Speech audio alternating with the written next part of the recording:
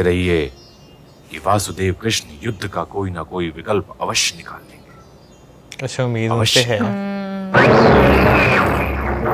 शिखंडी। शिखंडी का बहुत म्यूजिक अच्छा, मतलब एक्टिंग एक्ट बहुत कर रहे हैं, अच्छी बहुत कर रहे अच्छी। हैं। वासुदेव कृष्ण से कहो मैं द्वार पर खड़ा हूँ। आप कक्ष में प्रवेश कीजिए कुमार। नहीं द्वारपाल, आज मैं आज्ञा लिए बिना नहीं जाऊंगा। जो आज्ञा।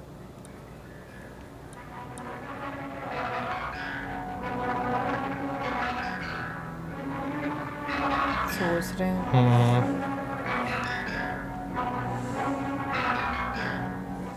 वासुदेव की जय हो। कुमार शिखंडी दर्शन की आज्ञा चाहते हैं। उन्हें भेज दो। जो आज्ञा। एक्सप्रेशन देखें जैसे उन्हीं की प्रतिज्ञा कर रहे हो।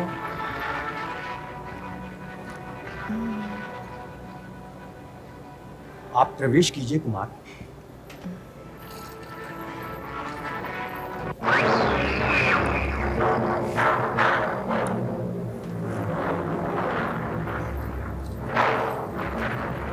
प्रणाम।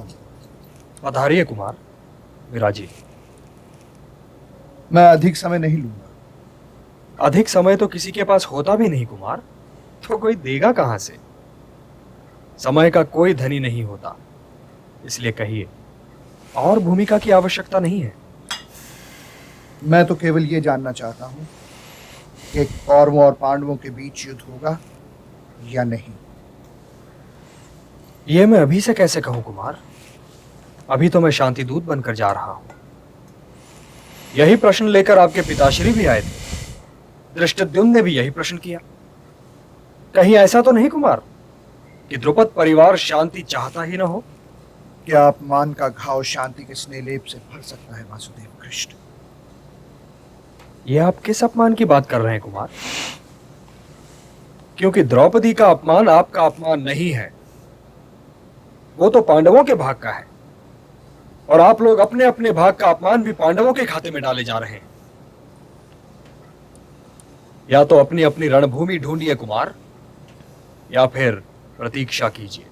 प्रतीक्षा ही कर रहा हूं। प्रतीक्षा ही तो कर रहा हूं देव की नंदन।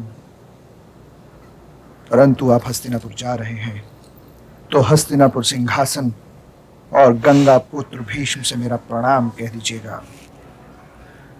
वो मुझे दिन रात याद आते हैं।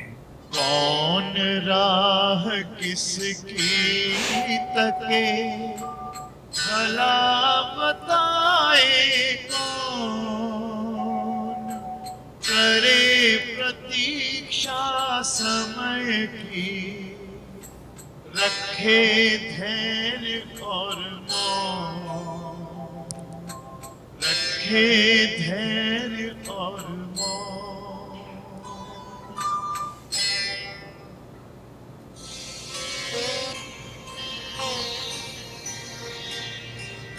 माँ की प्रतीक्षा है ना।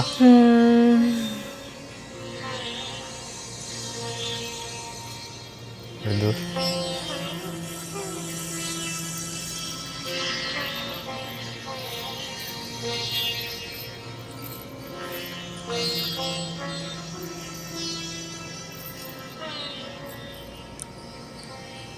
प्रणाम ताज। आयुष्मान भव। शरद ऋतु में खुली खिड़की के पास क्यों खड़े हैं आप? क्या तुम नहीं जानते विदुर कि मैंने इच्छा मृत्यु की प्रच्छादन ओढ़ रखी है? ऋतु मेरा क्या बिगाड़ लेगी?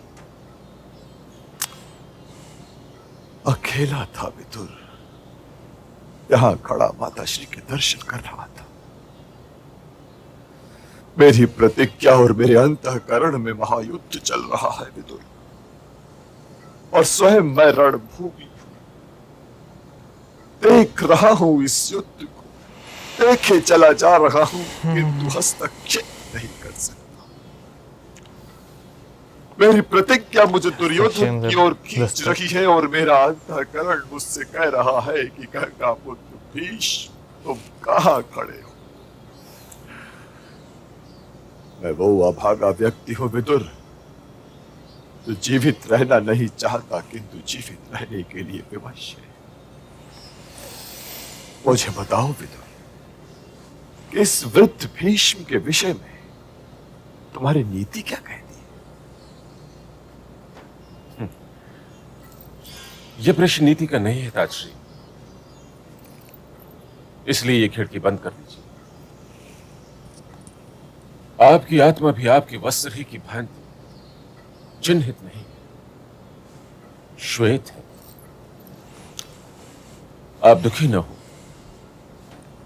आप तो इतने महान हैं ताजश्री कि कीचड़ की कोई छींट उड़कर आपके श्वेत वस्त्रों तक आ ही नहीं सकती।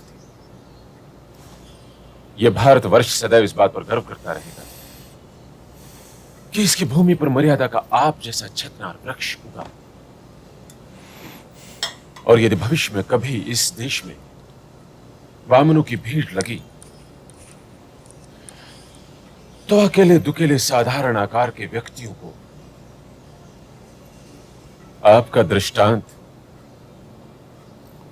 उनकी ढारस बंधाएगा और वो आपका नाम लेकर भारतवर्ष को उन वामनों से बचाने का प्रयत्न करेंगे। काफी शुद्ध हे हिंदी है। ताजश्री, मैं अपनी ओर से और इस देश के भविष्य की ओर से आपको प्रणाम करता हूं। जो भार उठाए आप जीवित हैं, सही बात। यदि उसका आधा भार भी आपके इस शिष्य विदुर को उठाना पड़ता तो कदाचित उसके उद्राशय के साथ साथ उसकी नीति की कमर भी टूट चुकी होती। हाँ ताजश्री,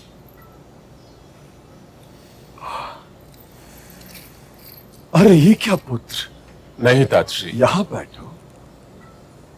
यह मेरा सौभाग्य है ताजश्री। मैं जब चाहूं इन चरणों में बैठ सकता हूं। मुझसे मेरा यह सौभाग्य न छीनिए।